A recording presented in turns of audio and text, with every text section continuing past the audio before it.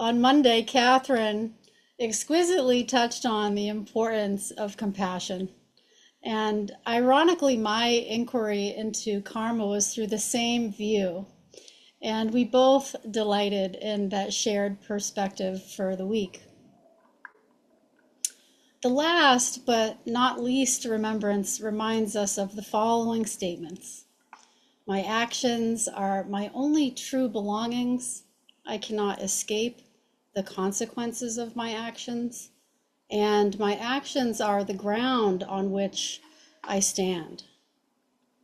The purpose of this fifth remembrance, just like the other four, is to encourage us to reflect on the unavoidable realities of our human existence. And for me, I have noticed the kind of despair or sadness they can bring forward within me. And yet it seems important to remember that we keep them around just enough to help us live well. After all, we do have the power of choice to help us do our best and live with intention and care. Most of the time, we don't need to effort to keep the five remembrances around, as all five reveal themselves in our human experience pretty naturally as our lives unfold. Whether we learn of someone receiving a diagnosis that requires treatment, or someone passing on from this life, or we look in the mirror and continue to notice changes or aches and pains within this aging body. For some of us, our child may leave for college or even preschool, for example, and we feel the grief or anxiety of separation. This is life as we know it, and together as a Sangha, we travel on the path to help us find stability with the winds of endless change. Karma is a complex topic, and the word derives from a verbal root meaning to do or to make, and simply means action. The Buddha himself identified 6 intentions that underlie action: goodwill, compassion, generosity, ill will, cruelty, and greed. The first 3 intentions are not harmful, and the last 3 are. Each wholesome intention mirrors a harmful one. We've all heard of karma being described as some kind of luck or fate, but the Buddha says otherwise. Rather, karma can be described as a natural law of cause and effect. Us human beings act in 3 ways, with our mind, body, and speech. One of my favorite definitions I heard once describing karma was Andrew Olensky, and he says, "Who and what I choose to be in this moment determines the next moment."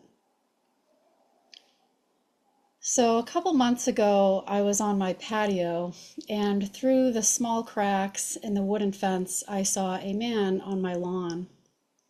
And I quickly went out the gate to see what he was doing there, and he was walking away with my 14-year-old daughter's bike. And I said, "Hey, what are you doing with that?" And he appeared shocked to see me there, and he had about a 10-foot rope in his hands. And he said, "Oh my goodness, I'm so sorry. I thought it was trash." And my heart was racing as I confronted this person, and I said, "Well, it's not trash. It's my daughter's bicycle." And kind of like a wise guy, I said, "And that's my fence." And he repeatedly apologized and hurriedly put the bike back in its place.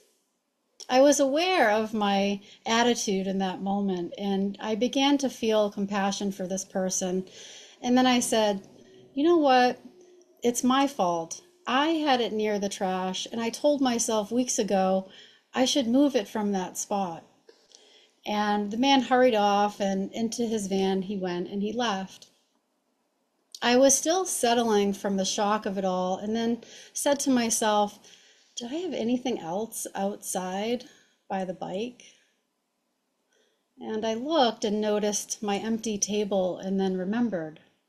My favorite, most generous sized Buddha head was gone. And I was furious. I started pacing, and I certainly began to swear. And slowly but surely, that goodwill that I had offered the man was gone. It vanished. And I was hijacked by anger and ill will almost immediately. How could they have taken that? It wasn't trash. It was sitting on a table. And on and on. I was so upset. Now let's recall the fifth remembrance. My actions are my only true belongings. And after a period of pacing with anger and disappointment, I began to calm down as the mindfulness bells inside were going off. These bells, so to speak, were calling my attention to check out what was happening. And so I began to self-reflect with some questions and started deliberately checking in, doing my best to drop the judgment and get curious. Hey, is this helpful? Blaming, being angry? You just wished him well and good luck. So let's check this out, I said to myself. This doesn't sound like your practice in action, Lori. What are we going to do with this? Let's slow down. So it was clear to see the hindrances and how they were orienting in me, these stressful ways inside. Easy to notice, easy to feel. And following those seductive thoughts of hatred and ill will was in fact reifying my own suffering. And as more equanimity was felt, I was able to imagine this being enjoying the Buddha wherever he lived, and I said to myself, perhaps, just perhaps, he or someone else he loves needs that Buddha statue more than I do. What a whirlwind, but this kind of compassion of heart-mind helped me accept and befriend what was. The Buddha said, if you want to know the past, look at your mind in the present. If you want to know your future, look at your mind in the present. It seems to me that some awareness and accountability for our thoughts, feelings, and actions is an important aspect of karma. Susan often says seeing what's happening is really important, and this instruction continues to ring true for me. She encourages us to love it into the fold of mindfulness. Can we just notice what's happening inside? Maybe backing off of the judgment just a little bit. It's really hard to not side with ourselves, isn't it?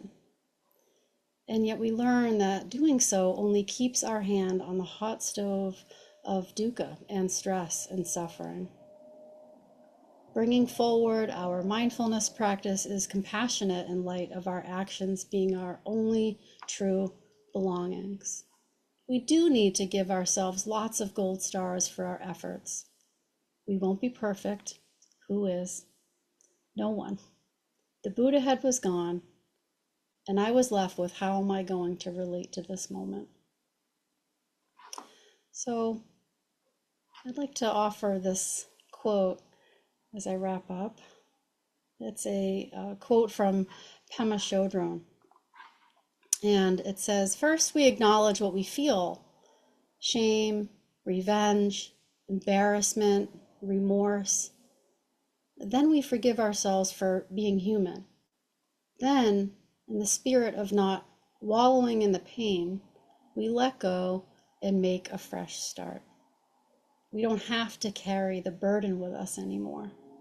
We can acknowledge, forgive, and start anew.